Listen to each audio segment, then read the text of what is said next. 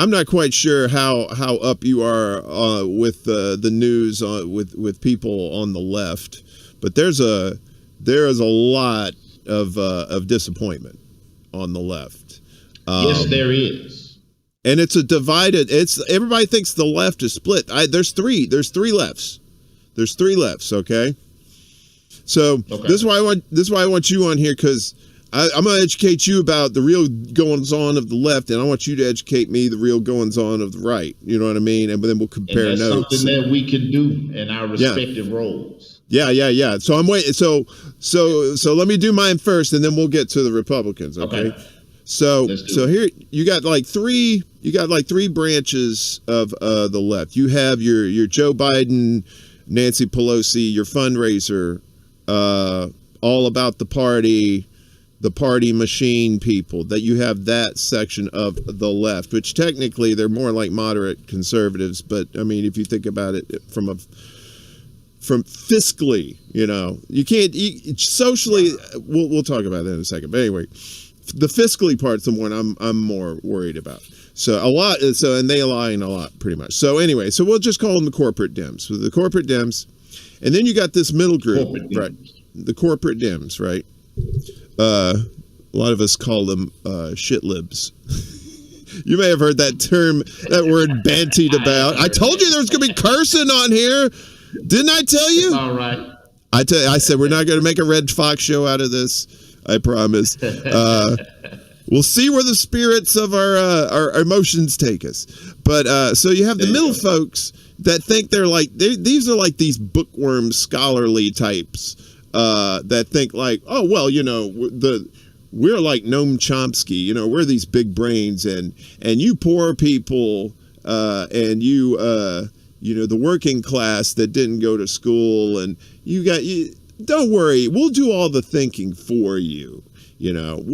Just don't demand too much, and just enjoy incrementalism and pragmatism. So you have those assholes in the middle, right? And then you've got the left, which you can split off into just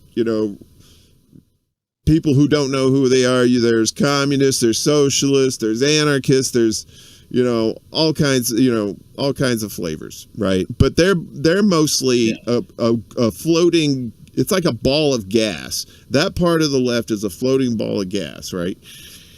Together, but kind of volatile. Like you're not quite sure what's going to happen, but they all pretty much want the same things, like Medicare for all, end the wars, that kind of thing. And then you got the middle folks who say, well, we want those too, but you have to elect more progressives because we just don't have the numbers and stuff like that. So they play this game, this pyramid scheme where it's like, just keep donating, keep voting.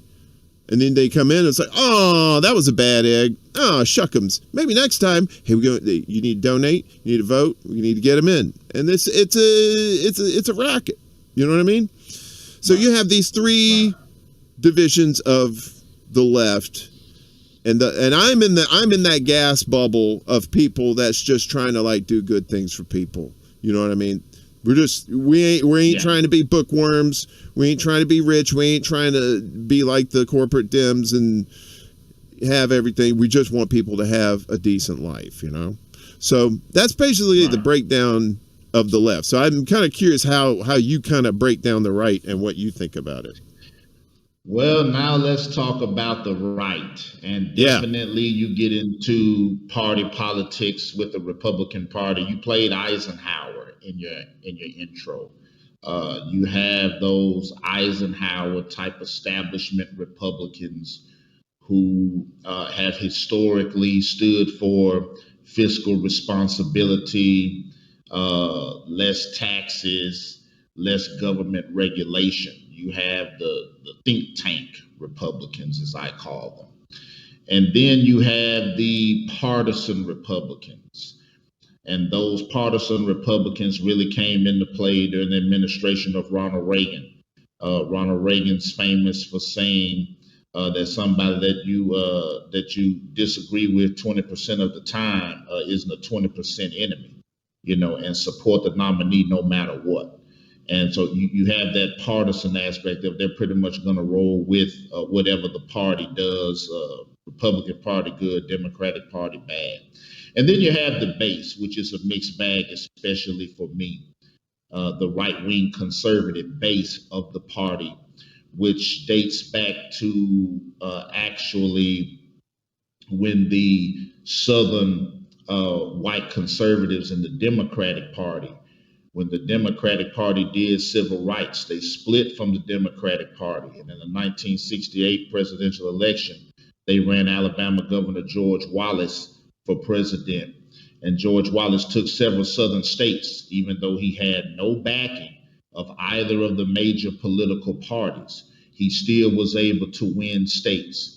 And the Republican Party operatives took a look at that and said, there's an opportunity here with these white conservatives in the South that abandoned the Democratic Party because of their anger, white rage at doing civil rights. And they said, we can court them into the Republican Party. So this started with Richard Nixon's re-election campaign, where they began to court those white conservative former Democrats in the South who separated from the Democratic Party. Of course, it became the Dixiecrats. Yeah, I was about to say those are the Dixiecrats, yeah. Yeah, and this was called the Southern Strategy. And so they were brought in to basically become the base of the party. And so they looked at that as a good investment at the time. But that was a Frankenstein's monster that has eventually metastasized and matriculated down through the decades and eventually led to the election of President Donald Trump. And those Trump supporters that support Trump no matter what, that represents the base of the GOP that was courted into the party from the former Dixiecrats. And they've always been in the party. And the Republican establishment kind of took them for granted. Okay, they're definitely not going to vote for the Democrats, so they'll vote for us. So let's give them a concession here, concession there, keep them at arm's length. And that's always been the strategy, to contain the base. But the base began to take over the party in 1994 with the Republican Revolution, led in the House of Representatives by then Speaker of the House, Newt Gingrich, and the rise of those Southern white conservatives into party prominence. And it actually continued, emboldened by the election of President Barack Obama. You saw it manifest in the Tea Party movement, Tea Party patriots.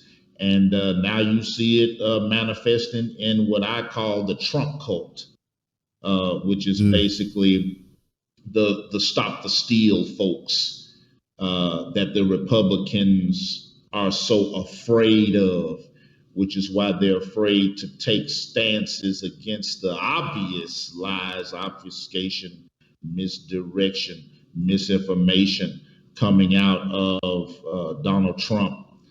Disgraced former President Donald Trump, but they are afraid to confront it because they don't want to get primaried by Trump's cult. And they are out there and they do number in significant quantities in certain parts of the country. So, you know, Liz Cheney definitely stood up against it. She paid the price. She lost her position as the third most powerful Republican in the Congress. But she stood up against Mitt Romney has stood up, and only a handful of others have stood up. And there's a civil war going on in the GOP right now, as far as will that formerly Dixiecrat white conservative base, will they be pushed back to the fringes, or have they truly taken over the party? And if it is true that they have indeed truly taken over the party, then, Democrats, I hope they got their wish list together, because they're going to run the table for a while. You give the Democrats too much credit, brother. You're like, you could give, okay, You could go over to the Democrat's house and say, here's $1 million. I know that you're in debt $1 million, right? So here's $1 million. Go ahead and take it, and you can pay your debt. And the Democrats will go, oh, thanks. And then go blow it like on hookers and cocaine or something like that. You know what I mean? It's like